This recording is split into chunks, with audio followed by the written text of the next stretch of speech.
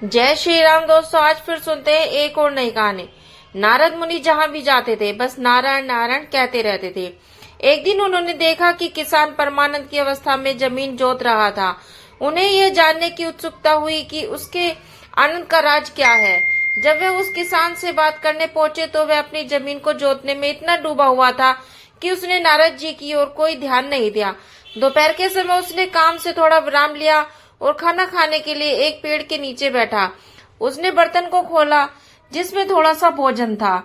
उसने सिर्फ नारायण नारायण नारायण कहा और खाने लगा। नारद जी ने पूछा, तुम्हारे इस आनंद की वजह क्या है? किसान बोला, हर दिन नारायण अपने असली रूप में मेरे सामने आते हैं। मेरे आनंद का यही कारण है। नारद ने पूछा, तुम कौन सी साधना करते हो? किसान बोला, मुझे कुछ नहीं आता।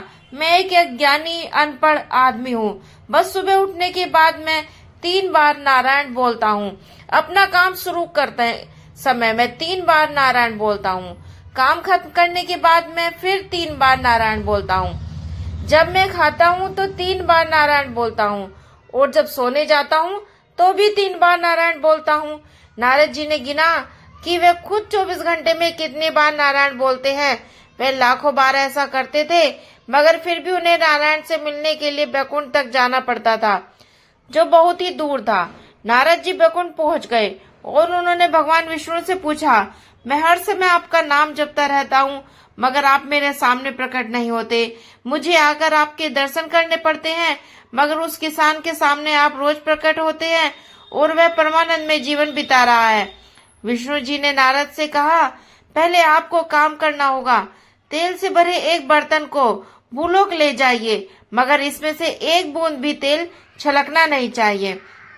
नारद जी लौटे तो विष्णु जी ने पूछा, जब आप तेल से भरा यह बर्तन लेकर जा रहे थे तो आपने कितनी बार नारायण बोला? नारद बोले, उस समय मैं नारायण कैसे बोल सकता था? आपने कहा था कि एक बूंद भी तेल नहीं गिरना चाहिए, इसलिए मुझे पूरा ध्यान उस पर देना पड़ा, मगर वापस आते समय मैंने बहुत बार नारायण कहा है। विष्णु बोले, यही आपके प्रश्न का उत्तर है। उस किसान का जीवन तेल से भरा बर्तन ढोने जैसा है, जो किसी भी पल छलक सकता है। उसे अपनी जीविका कमानी पड़ती है, उसे बहुत सारी चीजें करनी पड़ती हैं, मगर उसके बावजूद वह नारायण बोलता है। जब आप इस बर्तन में तेल लेकर जा रहे थे तो आपने एक बार भी नारायण नहीं कहा। यानी यह आसान तब होता जब आपके पास करने के लिए कुछ नहीं होता। इसलिए ईश्वर कहते हैं कि जो अपने कर्म करते हुए भी मुझे याद करता है, उसके द्वार पर उसके दुख हरने में स्वयं जाता हूँ, और जो फुर्सत मिलने पर मुझे याद करते हैं, उसे दुख के समय मेरे द्वार पर खुद आना पड़ता है। तो थैंक्स फॉर वॉचिंग फ्रेंड्स। आशा करती हूँ मेरी वीडियो आपको पसंद आई होगी।